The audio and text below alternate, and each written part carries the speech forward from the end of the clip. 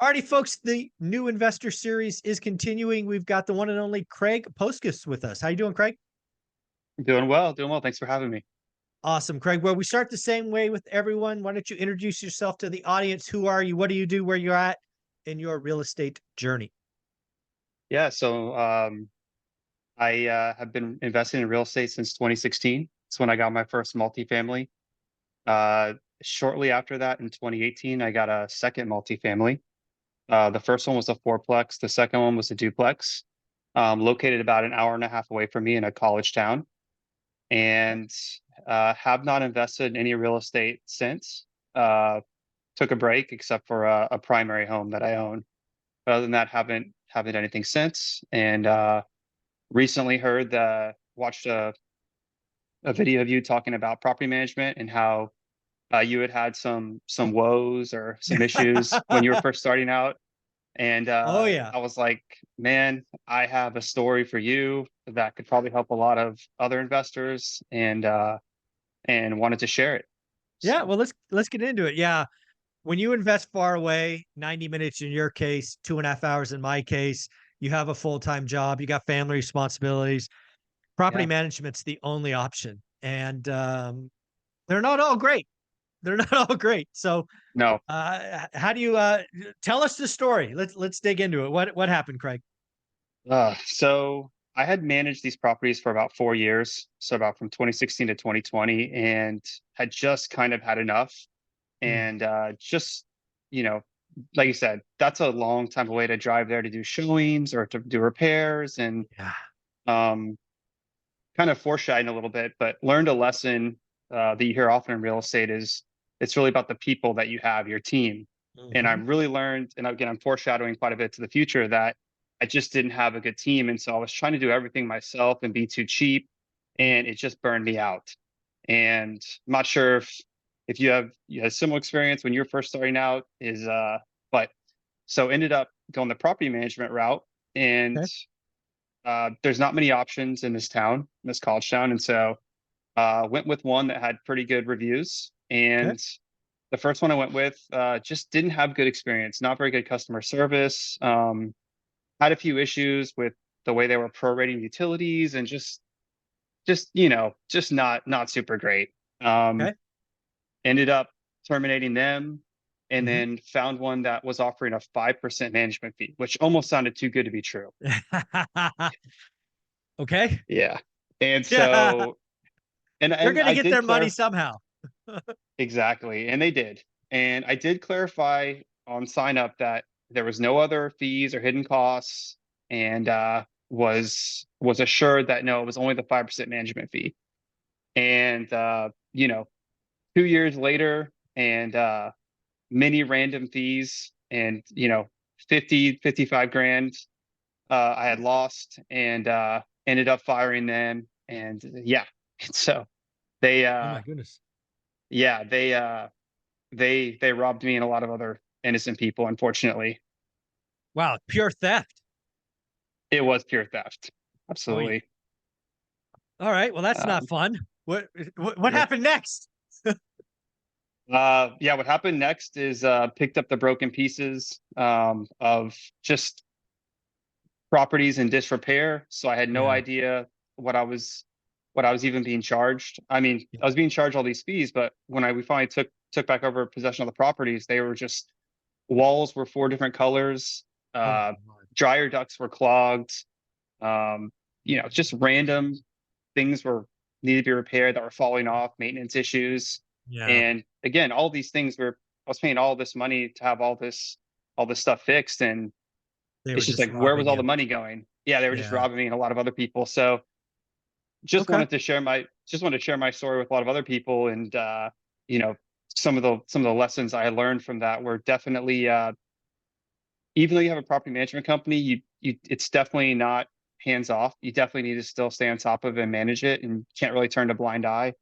Mm, And also just really have a lawyer look over the contract. I can't stress that enough. mm. It may cost hundreds of dollars up front, but well worth it in the end.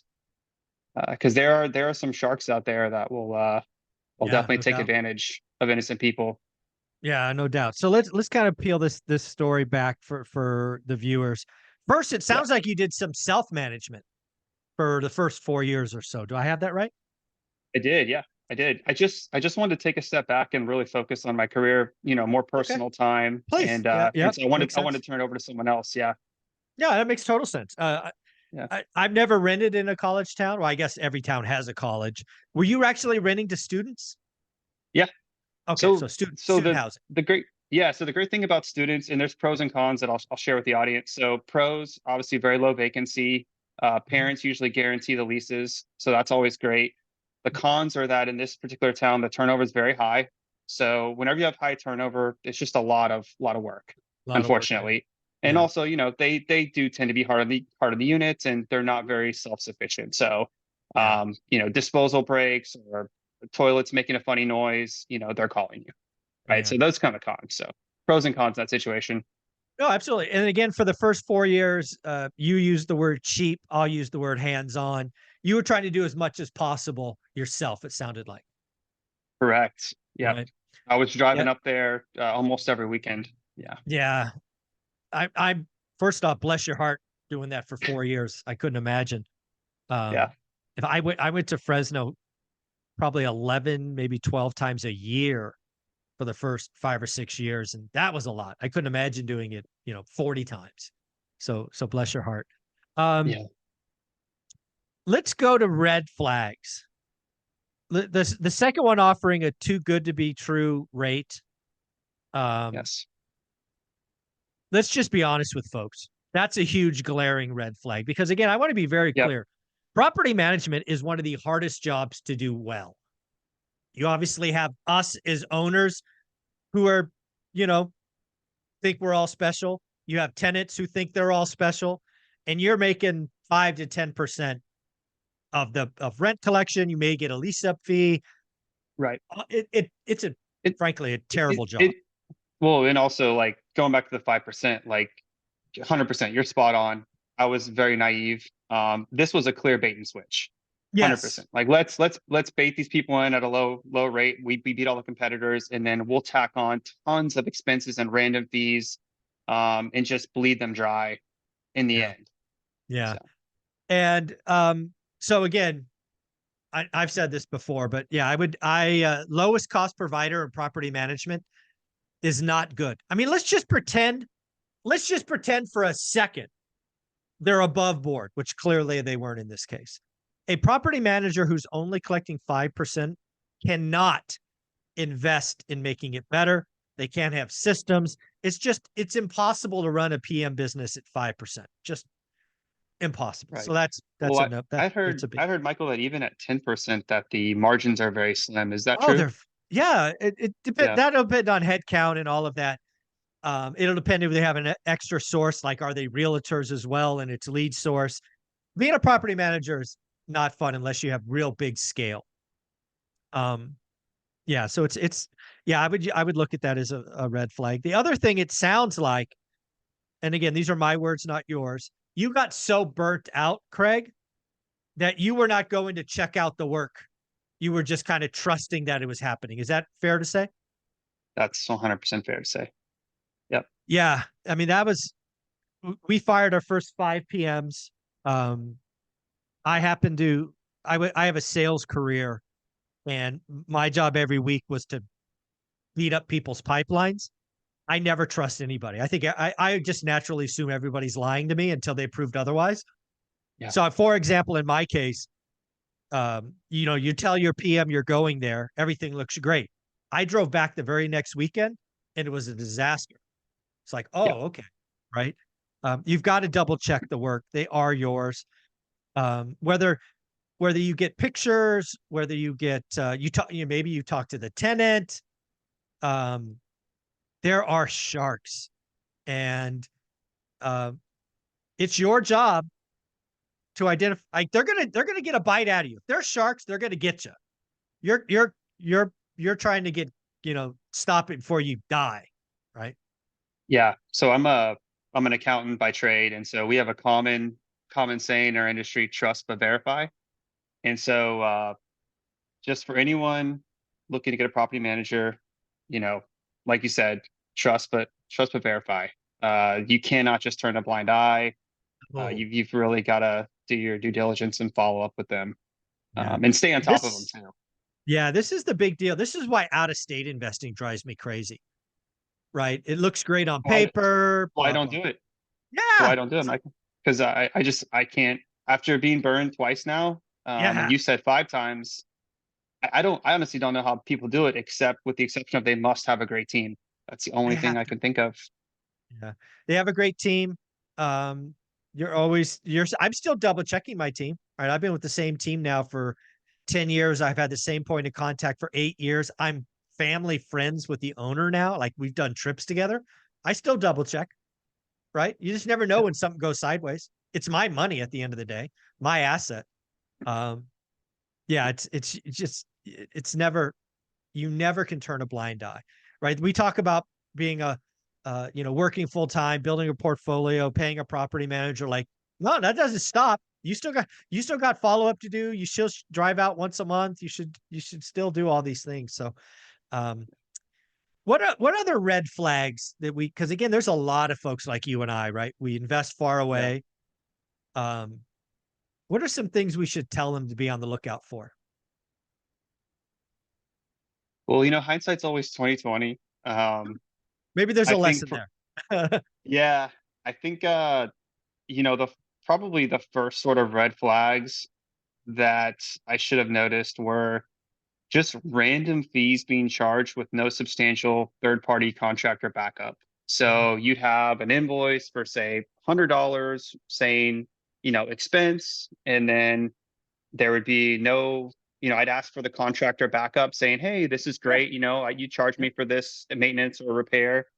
Mhm. You know, that clearly wasn't in our contract. It's fine. Right. But could you also provide some third party support about the Right. person you seek out? And I would never get that. So that's obviously, if someone's out there is not getting that, that's a huge red flag, right? Yeah, folks, There should that be some happens documentation. twice in my scenario.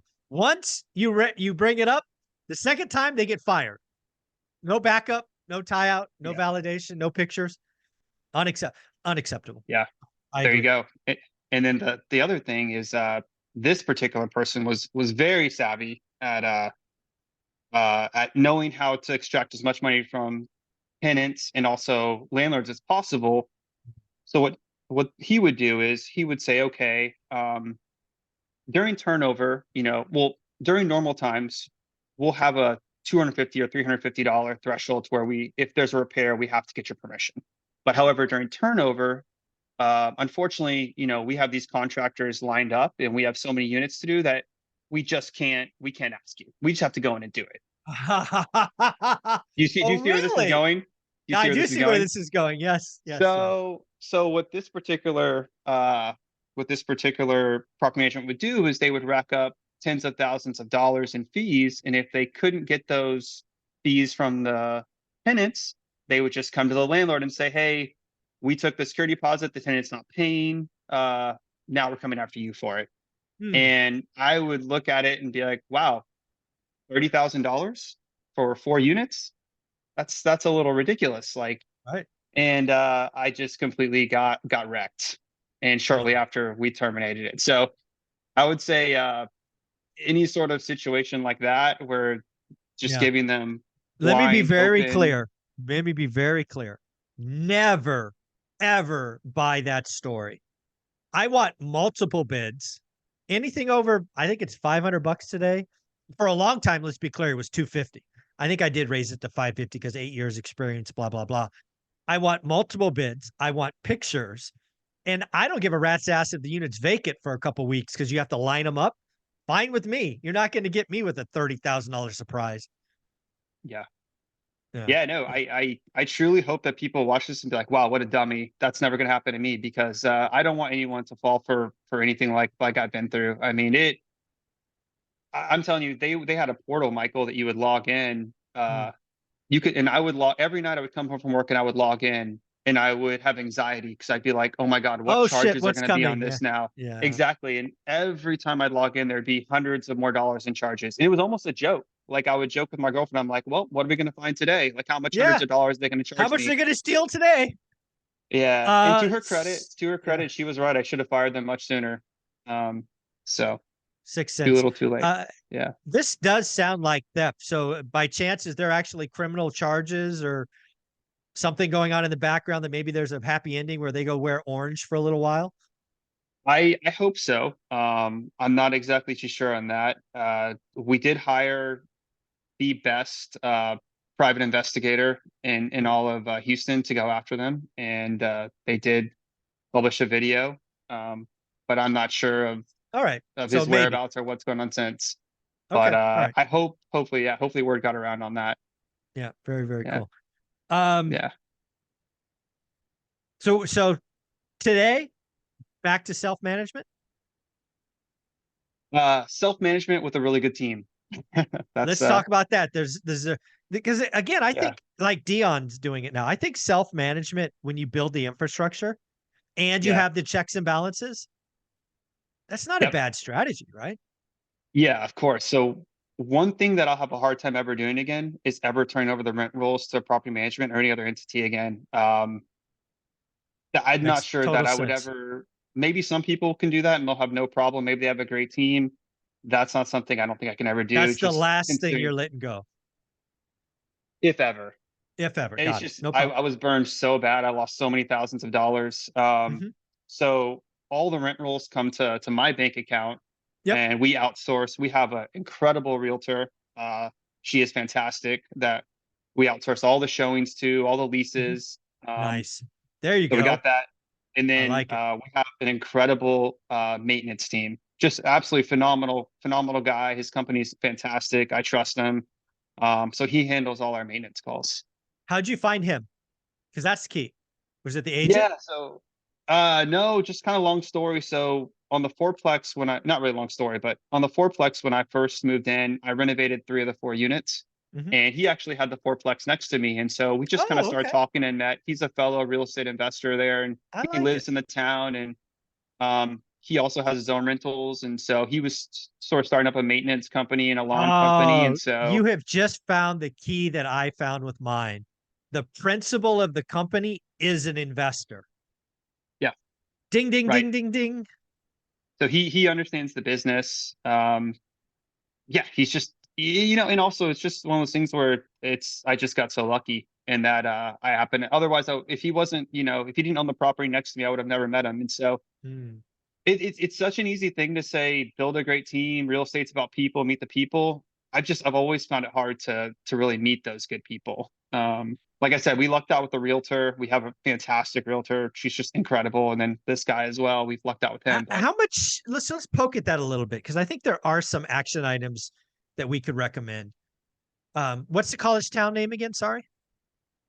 so this is in College Station, Texas. Okay, College Stations. Yeah, I know there's other investors in College Stations, right? There's got to be Bigger Pockets Group or something. Something absolutely. I would recommend others to do is be proactive, right? Get uncomfortable, right? My 7 goals or whatever they are, tasks or rules, I guess. Number 7, or which one is it? Number 3, grow your network. Meet 2 people a week. If you're in College Station, it shouldn't be that hard to meet 2 new people a week. You meet 2 people a week for a year, that's 100 people. And what I found with Fresno, because again, I never lived in Fresno. I drove through once as a teenager on my way to Yosemite. The only reason I started bumping into really quality people is I met 100 people and 80 of them sucked, but 20 of them were pretty good and 5 were great. It takes being proactive, right? Would you agree with that? I would 100% agree. And I would say I was not proactive enough. And so this Right. is, I guess these are these things you learn kind of Yeah. along the way, just Yeah. in real estate. Yeah. Yeah. Yeah. Uh, is it better today? Are you in a good spot today? You feeling better? We're in a good spot. It was rough picking up the pieces. I'll say I'm that sure. the units were in disrepair. I think this year will probably be a break even year. But you know, we got a good team now. We have a good process in place. I think we're trending on the up and up. But It does um, get com better. yeah, Yeah. complacency will bite you. I'm telling you. Oh yeah. in real estate, I just don't want uh anyone else to ever have this happen to them. So I hope they see this, I hope so. and maybe there's one thing they take away, and they see someone offering a ridiculous management fee, and they're like, wait a second, that's a red flag. Or Red flag. Stop. Run away. yeah, it's just something, take something from it, because Yeah. it can happen to you, and it can happen fast if you're not paying attention. I mean, these people out there will take advantage of you, Oh yeah. you know. Yeah, anytime money is involved, it attracts sharks, to use a word we Yes. had earlier. You can call them scumbags, criminals, whatever you want. Anytime money's involved, it can happen. Yeah. I will remind you of my story with my very first house. We did everything right in this case. Credit check, reference checks, blah, blah, blah, blah, blah. We did it right. And I still got. I had to evict. They got divorced. He became an alcoholic and destroyed my house. But when we picked up the pieces, it got better.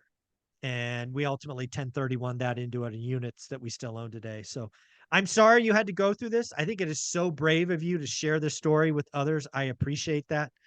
Um, Shout out to your girlfriend who told you to fire him earlier. Sometimes you need that Yep. extra voice. Any Yep. closing thoughts? I would just reiterate just a couple things is if you're going to go the property manager route, there's nothing wrong with that. But like you said, you know, trust but verify. Uh, please, please, please just pay the money and get a lawyer to look at the contract. You'd be amazed the stuff that they can sneak in there, especially if you're not savvy with these type of property management contracts. Um, and uh, and also don't be afraid of the self management approach with a good team. I think Yeah. I just wish I would have put more thought into it before I just, washed my hands of it and turned it over, and maybe Yeah. went this route. And I probably would have saved myself a lot of heartache and a lot of money.